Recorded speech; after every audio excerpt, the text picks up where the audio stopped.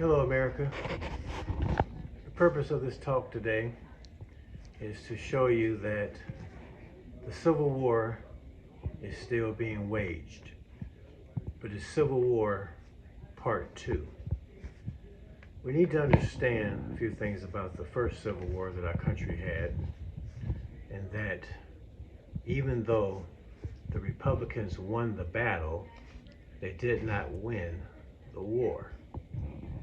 The Democratic South won the social order, but the Republicans won the battle. Fast forward to the time when President Donald Trump won the White House. The Republicans may have won the White House, but the Democrats still won the control of the social order. They still rule the social order. So Trump won the White House. They won the battle, but they didn't win the war. So the war is still going on. You might wonder how the Civil War is being played out today when you don't see people battling on the battlefield, dropping bombs and using cannons against one another. It looks a little bit different today so far, but you'll see it escalate in the future if it doesn't get stopped in its earlier stages. This word proxy came into my mind a few weeks ago, and I kept thinking about this word proxy. And so I looked up this word proxy, and there's a couple of definitions for it. And one is proxy means the authority to represent someone else. And another definition is a person authorized to act on behalf of another. In the land in which we live today, we see lawlessness abounding from every corner of our country, from one end to the other, top to bottom. And we see that there are mayors and governors and district attorneys and authorities in power who are not executing law and order. We have a very large problem of catch and release. We have a very big problem where there's no punishment.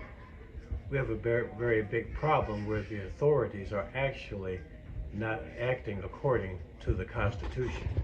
They're acting in a rule of lawlessness. Well, what do you mean by that?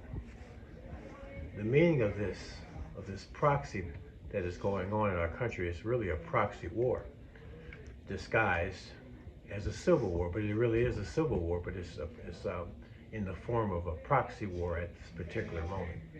When the authorities don't exercise judgments, proper judgments, law and order, and they allow lawlessness to abound, catch and release, no punishment, what they are actually doing, they are actually promoting civil war.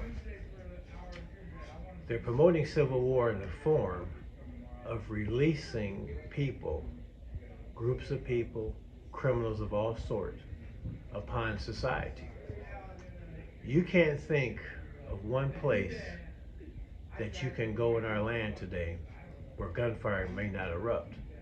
Whether you go to a ball game, a children's party, to a movie, grocery store, gas station, downtown in some big city, driving through a city,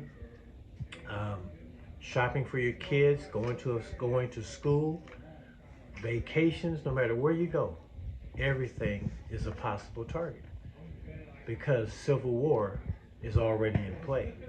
And all that is civil war, because when there's no law and order, people are unleashed to cause chaos in the cities, in towns, in states, and in our country.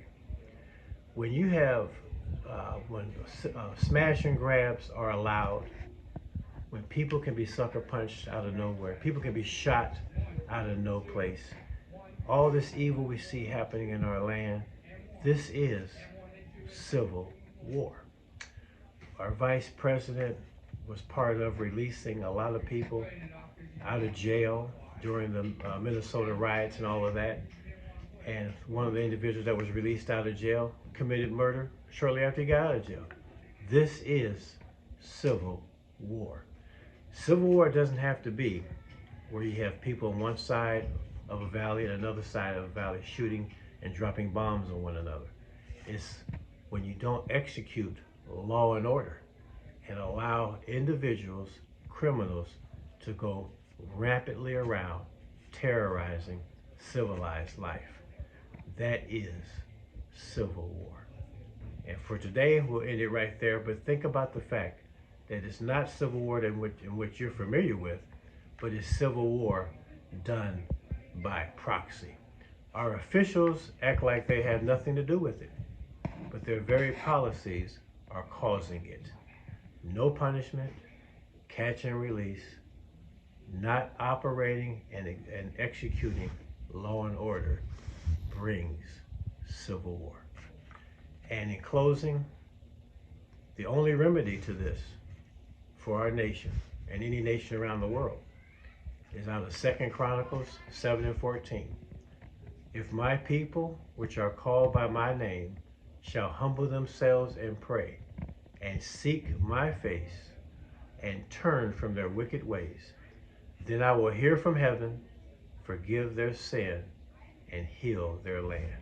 The country we live in now is so far gone that human language can't even express how bad it is. God bless you, and God keep you.